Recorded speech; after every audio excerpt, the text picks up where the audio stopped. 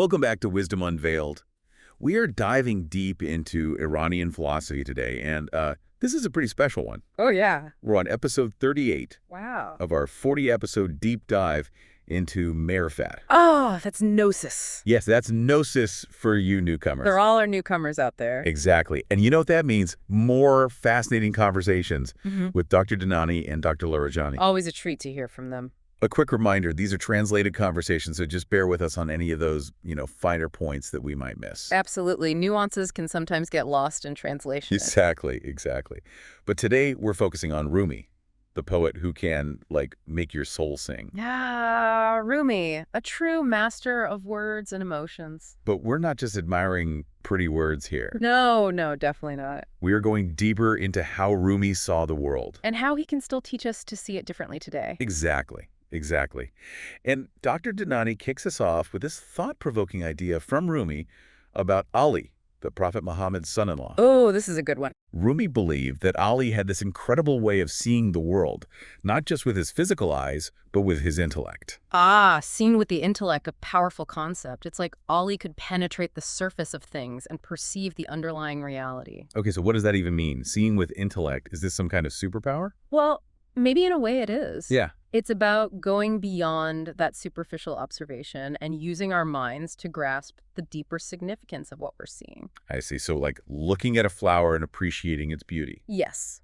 But going further. Okay. Understanding its role in the ecosystem, its connection to the sun and rain, its impermanence, and the cycle of life and death it represents. Wow, that's beautiful. So it's about seeing the interconnectedness of everything, the hidden patterns and meanings that we often miss when we're just rushing through life. Precisely. And Dr. Larijani adds that this kind of intellectual vision is essential for understanding Rumi's mystical path. Rumi believed that to truly connect with the divine, we need to develop this ability to see beyond the veil of appearances. It makes you wonder how often we get stuck in our own limited perspectives, missing the bigger picture. Right. And this brings us to another crucial point that Dr. Dinani makes. He distinguishes between being a mere individual. Yeah, focused on our own needs and desires. Yeah. And becoming a true person through love and concern for others. So it's not enough to just have this intellectual understanding. We also need to cultivate compassion and empathy.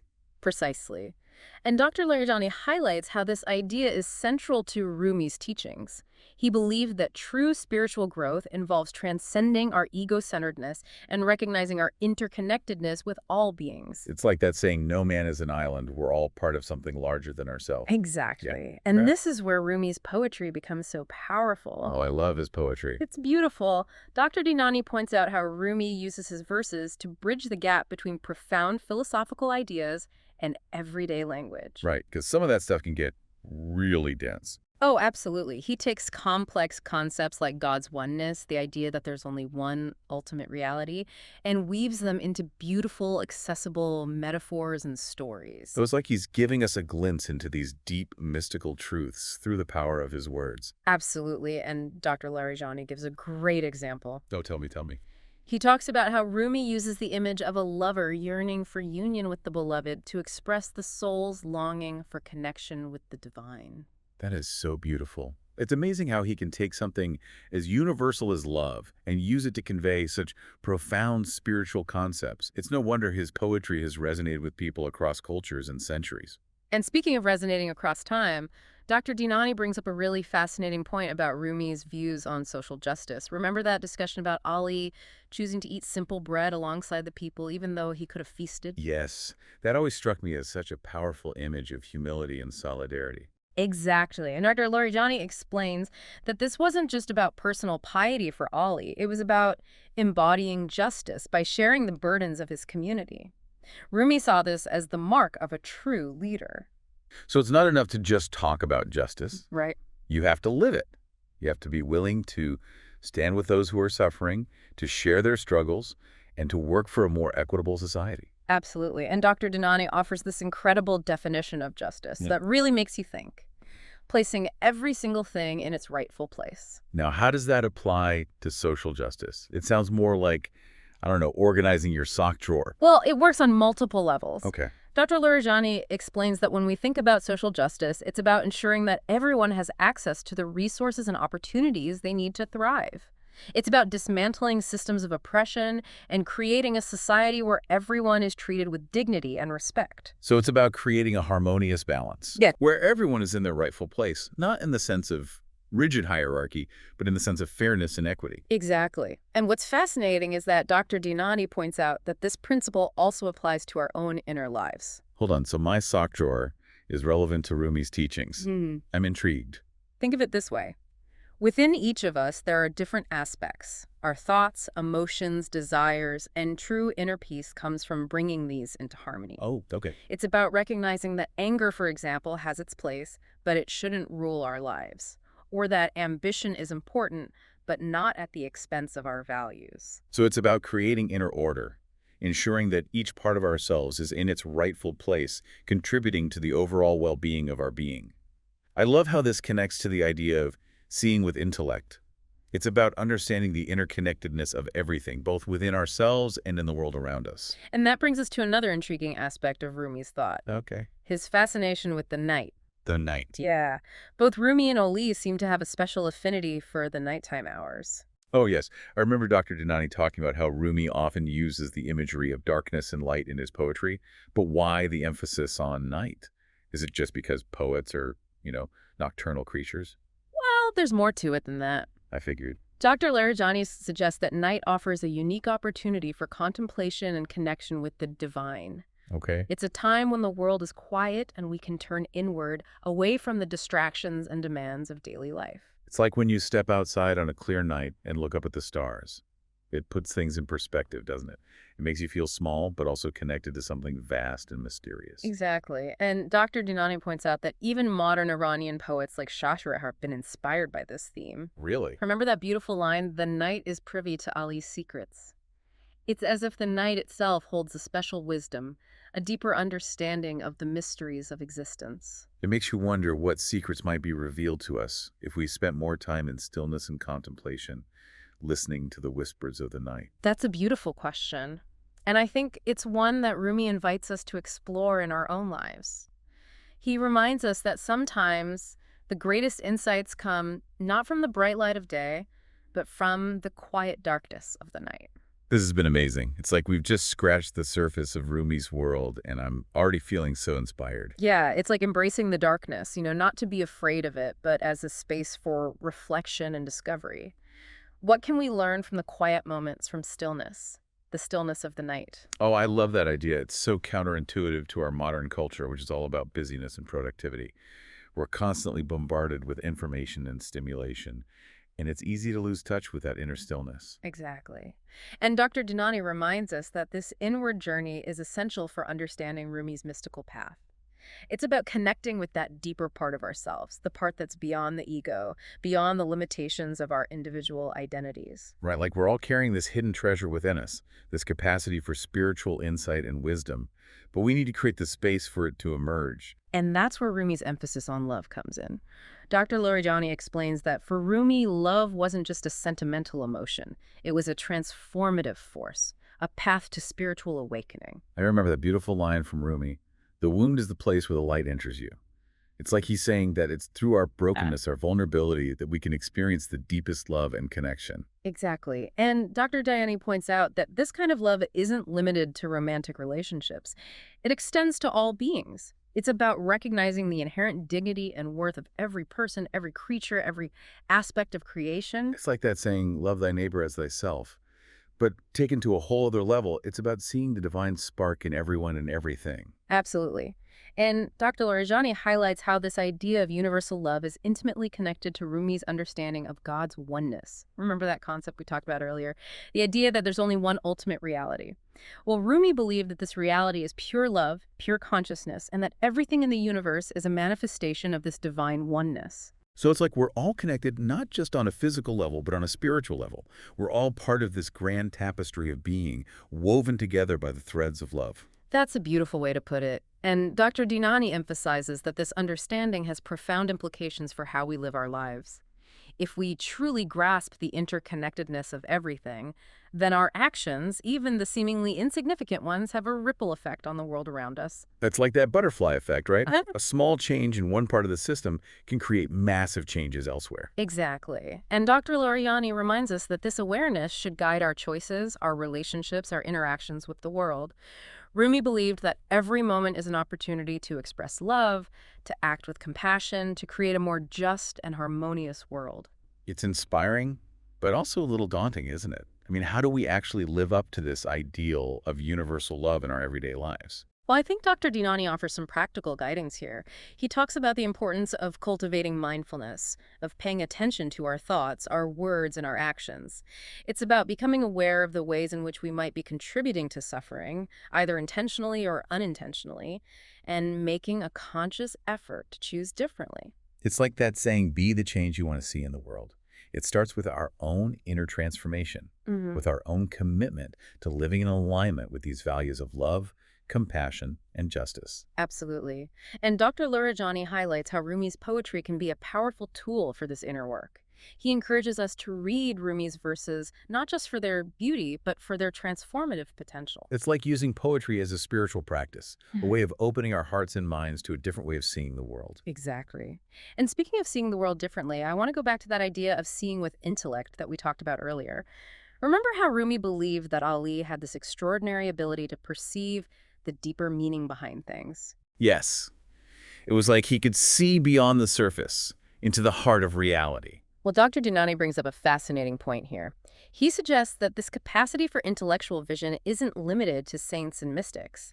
It's something that we all have the potential to develop within ourselves. So it's not about some kind of supernatural power, but about cultivating a certain way of seeing, a way of paying attention that allows us to perceive the interconnectedness of everything. Exactly.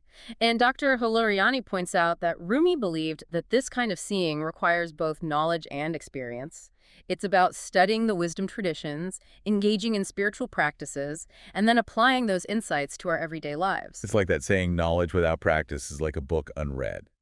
It's not enough to just have the intellectual understanding. We need to embody it to make it a living reality. Absolutely. And Dr. Janani gives a great example here. He talks about Rumi's emphasis on the practice of remembrance, of constantly reminding ourselves of the divine presence. I remember that beautiful line from Rumi, wherever you are and whatever you do, be in love. It's like he's saying that we can access this deeper awareness, this connection with the divine in every moment, no matter what we're doing. Exactly. And Dr. Larijani emphasizes that this practice of remembrance isn't about retreating from the world, but about bringing that awareness into everything we do. It's about infusing our actions, our relationships, our work with a sense of sacredness and purpose. It's like we're transforming the mundane into the magical, seeing the divine spark in everything around us. And this brings us back to that fascinating discussion about the significance of the night. Dr. Dinani points out that Rumi often uses the imagery of darkness and light to represent the journey of spiritual awakening. I remember that line from Rumi. Out beyond ideas of wrongdoing and right doing, there is a field. I'll meet you there. It's like he's inviting us to step outside of our limited perspectives, our judgments, and our beliefs, and to enter into a space of pure awareness where we can experience the unity of all things. Exactly. And Dr. Larijani suggests that the night with its stillness and darkness can be a powerful metaphor for this space of pure awareness.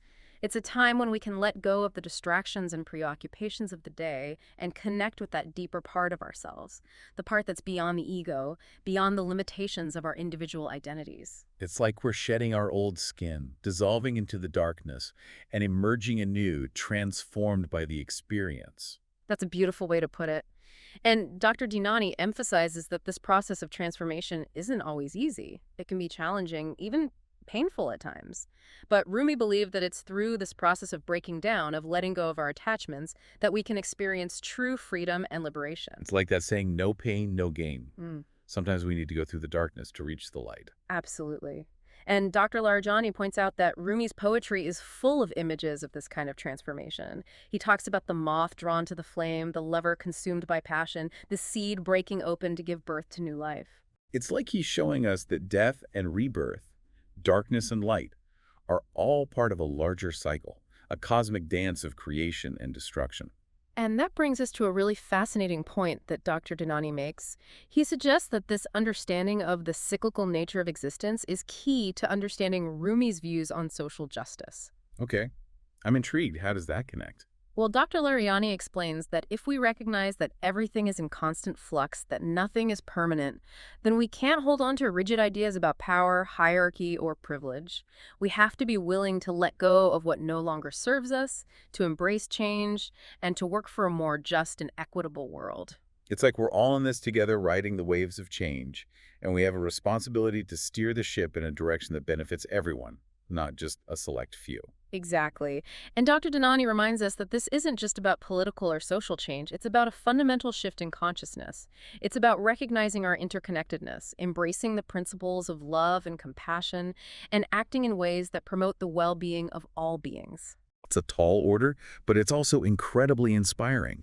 It's like Rumi is calling us to step into our full potential, not just as individuals, but as agents of change, co-creators of a more just and loving world. And I think that's a beautiful place to pause for now. We've covered so much ground, and I'm sure our listeners have a lot to reflect on. When we return, we'll continue our exploration of Rumi's profound and poetic vision, delving deeper into his ideas about spiritual mastery, the nature of the divine, and the path to true freedom and liberation. It feels like Rumi's wisdom just keeps unfolding like those, paper flowers that bloom in water. That's a great image. We've talked about seeing with the intellect, the power of night, and that deep connection between social justice and love. Like, what else can we unearth from Marifet today? Well, this is where it gets really interesting. Dr. Dhanani brings up this idea that true spiritual growth isn't just about personal transformation. Right. It's about becoming a source of benefit to others. Okay. And Rumi uses this really powerful phrase, he became the master and lord of the Kaaba. Yo, the Kaaba. Yeah. Now, the Kaaba, of course, is that sacred structure in Mecca, a focal point for Muslims around the world. Right, so obviously Rumi isn't talking about someone literally ruling over a physical building. No. It's a metaphor. Right. Exactly. It's a metaphor. But for what? Dr. Larijani explains that Rumi is using this image to convey the idea of spiritual mastery. Okay. It's about aligning ourselves with a higher purpose, embodying those divine qualities of justice, wisdom, and compassion that we've been talking about, and becoming a beacon of light for others. So it's not about power or control, No. but about service and contribution. It's about using our gifts and talents to make a positive impact on the world. Precisely. And Dr. Dhanani points out that this idea of spiritual mastery isn't some distant goal that we achieve only after years of intense practice. Oh, okay. It's something that we can cultivate in every moment through our everyday actions and interactions. So how do we actually do that? How do we become like masters of our own Kaaba, so to speak? Well, Dr. Larijani highlights a few key principles that Rumi emphasized. One is the importance of self-knowledge. Self-knowledge. It's about understanding our own strengths and weaknesses, our motivations, our desires, Yeah. so that we can act with greater awareness and intention. It's like that ancient Greek aphorism, know thyself, Yeah. the foundation of wisdom. Exactly. And Dr. Dhanani adds that self-knowledge isn't just about introspection. It also involves feedback from others. It's about being open to hearing how our actions impact those around us and using that feedback to grow and evolve. It's like we're all mirrors for each other, reflecting back both our light and our shadow. Beautiful. And another key principle that Dr. Larijani emphasizes is the practice of presence. It's about bringing our full attention to the present moment, letting go of distractions, worries, and engaging fully with whatever we're doing. It sounds so simple, but it's so hard to do in our fast-paced, hyper-connected world. Absolutely. But Dr. Dhanani reminds us that presence is a skill that we can cultivate through practice. It's like training a muscle. The more we practice bringing our attention to the present moment, the easier it becomes. And the rewards are immense. When we're fully present, we experience greater peace, joy, and connection. It's like we're opening ourselves to the richness and beauty of life instead of just rushing through it on autopilot. Exactly. And Dr. Larijani adds that this practice of presence is also essential for cultivating compassion. Compassion. When we're fully present with another person, we can truly see them, hear them, and understand them. We can connect with their humanity, their suffering, their joy. It's like we're stepping outside of our own ego-centeredness and entering into a space of shared experience, of shared humanity. And this brings us back to that beautiful idea from Rumi that we talked about earlier, the idea that love is the ultimate transformative force. Dr. Dinani points out that when we approach life with an open heart, with a willingness to see the divine spark in everyone and everything, we begin to experience a profound shift in our perception. It's like we're putting on a new pair of glasses and suddenly the world looks brighter, more vibrant, more alive. Exactly. And Dr. Lorjani emphasizes that this shift in perception isn't just about seeing the good in others, it's also about seeing the good in ourselves. It's about recognizing our own inherent worthiness, our own capacity for love and compassion. It's like we're reclaiming those parts of ourselves that we might have rejected or disowned, embracing our wholeness, our imperfections, our humanity. And this, I think, is the essence of Rumi's message: to awaken to the beauty and the potential that lies within each of us, and to use that awareness to create a more just, loving, and harmonious world. What a beautiful way to wrap up our exploration of Rumi's world. I feel like we've only just scratched the surface, but I'm leaving with a heart full of inspiration and a mind buzzing with new insights. Me too. To our listeners, thank you for joining us on this journey. May Rumi's wisdom continue to illuminate your path and inspire you to live a life filled with love, compassion, and purpose. Until next time, on Wisdom Unveiled.